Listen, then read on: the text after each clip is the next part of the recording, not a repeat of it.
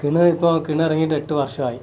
പിന്നെ ആ കിണ് ഇന്ന് ഇപ്പോൾ ഒരൊറ്റ പാട്ട് കൊണ്ടാണ് എൻ്റെ ജീവിതത്തിൽ ഏറ്റവും കൂടുതൽ ഞാൻ കഴിഞ്ഞു പോണത്. കാരണം ആ പാട്ട് പാടാൻ വേണ്ടിയിട്ട് ഇപ്പം ഈ വർഷം മൊത്തം ഞാൻ വിനീത് ശ്രീനിവാസൻ്റെ മ്യൂസിക് ബാൻഡിലാണ്. അപ്പോൾ വിനീതിൻ്റെ കൂടെ ഗൾഫ് പ്രോഗ്രാം ആണെങ്കിലും കേരളത്തിലെ എവിടെ പ്രോഗ്രാം ആണെങ്കിലും ഈ ഒരു പാട്ടിന് ആ ഒരു പ്രോഗ്രാമിന് എനിക്ക് കിട്ടുന്ന റിട്ടേൺ ഭയങ്കരമാണ്, റെസ്പോൺസ്. അപ്പം ആ പാട്ട് അന്ന് അത് എഴുതി പാടി, ഇന്ന് ഞാൻ ആ പാട്ട് എന്താണോ സ്പോട്ടിൽ നടക്കുന്നത് അത് എന്ത് കണ്ടാലും സെക്കൻഡ് വെച്ചിട്ട് കിണുവെച്ച് പാടും, പാടിയിട്ട് ആളുകളെ കയ്യിലെടുക്കും എന്നുള്ള ഒരു ആത്മവിശ്വാസം. പിന്നെ അത് പാടി കഴിയുമ്പോൾ എനിക്ക് കിട്ടുന്ന എനർജിയും സപ്പോർട്ടും ഭയങ്കര മറ്റുള്ള ഒരു പാട്ട് പാടിയാലും കിട്ടൂല എന്നറിയാം. അപ്പൊ ഈ പാട്ട് ഓരോ വേദിയിലെത്തുമ്പോഴും അതിന്റെ ലിറിക്സ് മാറി മാറി വരും. അപ്പൊ ആ സമയത്ത് നമ്മൾ കാണുന്ന രീതികളും ആ സമയത്തുള്ള ഓരോ സംഭവങ്ങളും നമ്മൾ ഇതിലേക്ക് വായിച്ചിട്ട് അത് പുതുക്കി പണിയുന്നു. അത് ഓഡിയൻസിനോട് പറയുകയും ചെയ്യാം, എൻ്റെ കണ്ണിന്റെ മുന്നിൽ നിങ്ങൾ എന്ത് കാണിച്ചാലും ഞാനത് കിണു വെച്ച് പാടും. എനിക്കത് കിണു വെച്ച് പാടാൻ പറ്റിയിട്ടില്ലെങ്കിൽ ഞാൻ ഈ പാട്ട് പരിപാടി നിർത്തും, അല്ലെങ്കിൽ 1 ലക്ഷം രൂപ നഷ്ടപരിഹാരം തരുന്ന പറയണം. അതെന്തിനാ പറയണമെന്ന് വെച്ചാൽ എനിക്ക് ഓവറായിട്ട്, കാരണം അത് പൊട്ടരുത്. കാരണം എന്ത് കണ്ടാലും അത് വെച്ച് പാടാനുള്ള ഒരു പ്രചോദനം ഞാൻ എനിക്ക് തന്നെ കൊടുക്കും. അപ്പോൾ നമ്മൾ ഇരിക്കുന്നത് ഇപ്പോൾ സ്പൈഡർനെറ്റ് സ്റ്റുഡിയോയിനുള്ളിലാണ്. അപ്പോൾ ഇവിടെ കണ്ട കാര്യങ്ങൾ വെച്ചിട്ട് കിണു ഒന്ന് മാറ്റി ചെയ്യാൻ പറ്റുമോ?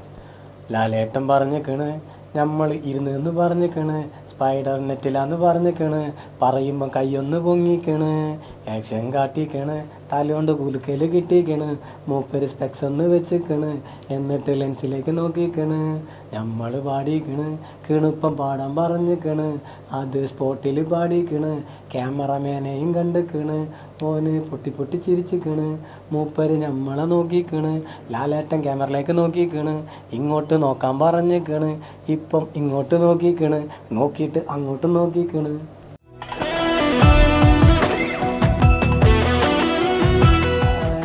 ഇപ്പം ഞാനൊരു സംഭവം ചെയ്താൽ ഫോളോ ചെയ്യാൻ ആളുണ്ടെന്നുള്ള തിരിച്ചറിവ് എനിക്ക്. അല്ല, അമ്മായി പാട്ട് എന്ന് പറഞ്ഞത് അതെന്താ സംഭവം? അതായത് ഇപ്പം നമ്മളെ ഞാനടക്കം കേട്ടതാണ്, അമ്മായി പാട്ടൊക്കെ പാടുന്ന ആളല്ലേ എന്ന് വെച്ചു. കാരണം അത് കേൾക്കാൻ ബാധ്യസ്ഥനാണ്. കാരണം നമ്മളെ ഞാൻ ചിലപ്പോൾ ചെയ്തിട്ടുണ്ടാവും, അല്ലെങ്കിൽ ബാക്കിയുള്ളവർ ചെയ്തിട്ടുണ്ടാവും, അല്ലെങ്കിൽ പ്രേക്ഷകന് തോന്നിയിട്ടുണ്ടാവും ആ രീതിയിലുള്ള ഒരു പാട്ടാണ്. അതിന് ഞാൻ മനസ്സിലാക്കിയെന്ന് വെച്ചാൽ 3 വർഷം മുൻപ് ഈ പറഞ്ഞ പാട്ടുകൾ ആൽബങ്ങളായിരുന്നു, പ്രണയപ്പാട്ടുകളായിരുന്നു. 2014 ആയപ്പോൾ അതിന്റെ പേര് മാറി അമ്മായിപ്പാട്ടായി. അപ്പോൾ ആ തിരിച്ചറിവ് നമുക്ക് ഉണ്ടെങ്കിൽ നമ്മൾ തിരഞ്ഞെടുക്കുന്ന എന്താ പറയാ വർക്കുകൾ സെലക്റ്റീവ് ഒക്കെ മാറണം എന്നുള്ളതിന്റെ തെളിവാണ്. നമ്മളെ മാറ്റണത് ആൾക്കാർ തന്നെയാണ്. ഇപ്പൊ ആ പാട്ട് ഞാൻ ഈ അടുത്ത് ഇപ്പോൾ നെറ്റില് കാണാൻ വേണ്ടിയിട്ട് നോക്കി, വേറൊരാൾക്ക് കാണിച്ചു കൊടുക്കാൻ നോക്കിയപ്പോൾ ആ പാട്ടിന്റെ അടുത്ത് കമന്റ് കറക്റ്റ് പറഞ്ഞാൽ ഒരു കലാകാരനെ സംബന്ധിച്ച് ഇന്റർനാഷണൽ തെറിയാണ് അതിന്റെ താഴത്ത് എഴുതി വെച്ച്. നീയൊക്കെ ഇന്ന പിന്നെ ഫീൽഡിനെ ഇല്ലാണ്ടാക്കാൻ വേണ്ടി വന്ന അങ്ങനെ വായിച്ച്. ഞാനത് 2 കൊല്ലം മുൻപാണ് വായിക്കണമെങ്കിൽ ഞാൻ നെഞ്ചുകൂട്ടി തകർന്ന് കരഞ്ഞു വരും. ഇത് ഞാൻ വായിച്ചപ്പോൾ ഞാൻ ചിരിച്ച്.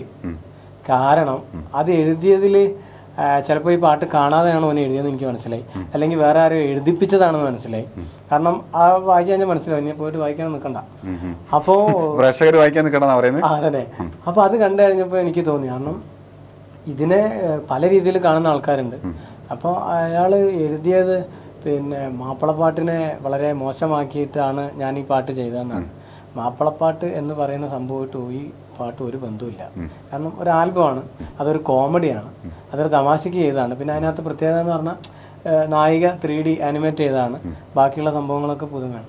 അപ്പോൾ അയാളുടെ ഒരു തീരുമാനം അങ്ങനെയാണ്, അത് ഞാൻ അംഗീകരിച്ചു. കാരണം ഞാൻ ആ ഫീൽഡിനെ എങ്ങനെ ആക്കി എങ്കിൽ ശരിയാക്കി.